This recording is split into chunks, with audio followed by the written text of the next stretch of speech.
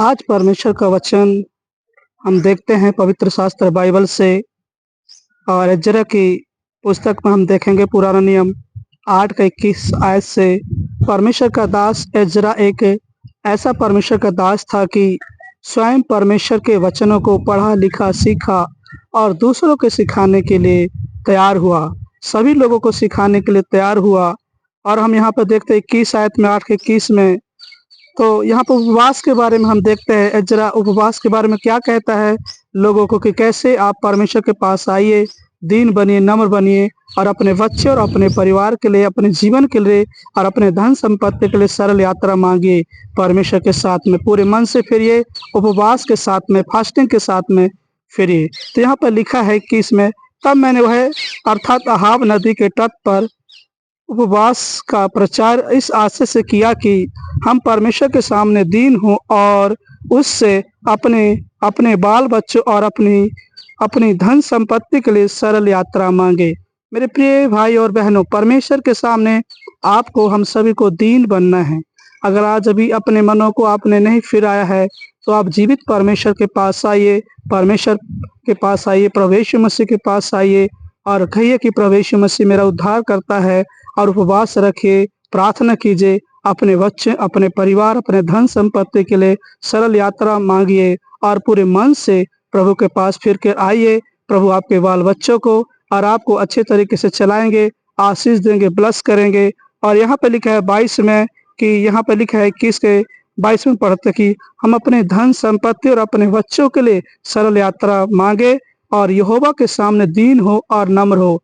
मेरे प्रिय, परमेश्वर का वचन हम जब देखते अब्राहम को परमेश्वर ने बुलाया।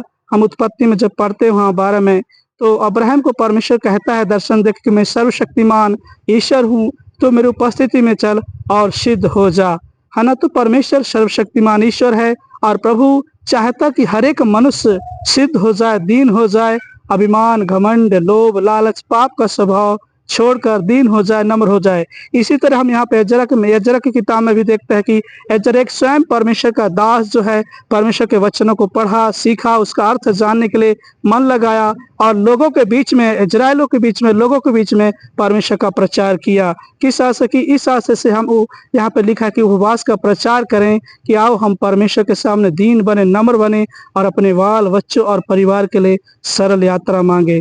मेरे प्रियो, आप भी दीन बनिए, नम्र बनिए और परमेश्वर के सामने दीन बनिए और उपवास रखिए, प्रार्थना कीजिए, अपने धन संपत्ति, अपने बच्चों के लिए सरल यात्रा मांगिए। और लिखा यहाँ पे 22 में, क्योंकि मैं मार्ग में शस्त्रों से बचने के लिए सिपाहियों का दल और सवार राजा से मांगने से लजाता था।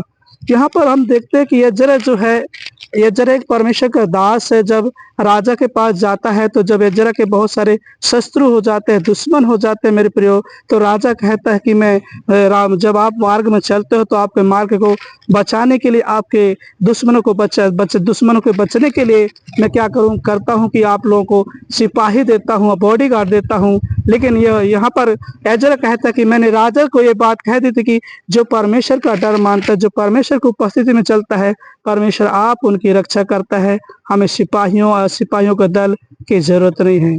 मेरे प्रिय भाई और बहनों, आज आप भी घबराइए नहीं, डरिए मत, परमेश्वर के सामने दीन बनिए, नम्र बनिए, उपवास रखिए, प्रार्थना कीजिए, प्रभु आपको बहुत चलाएंगे।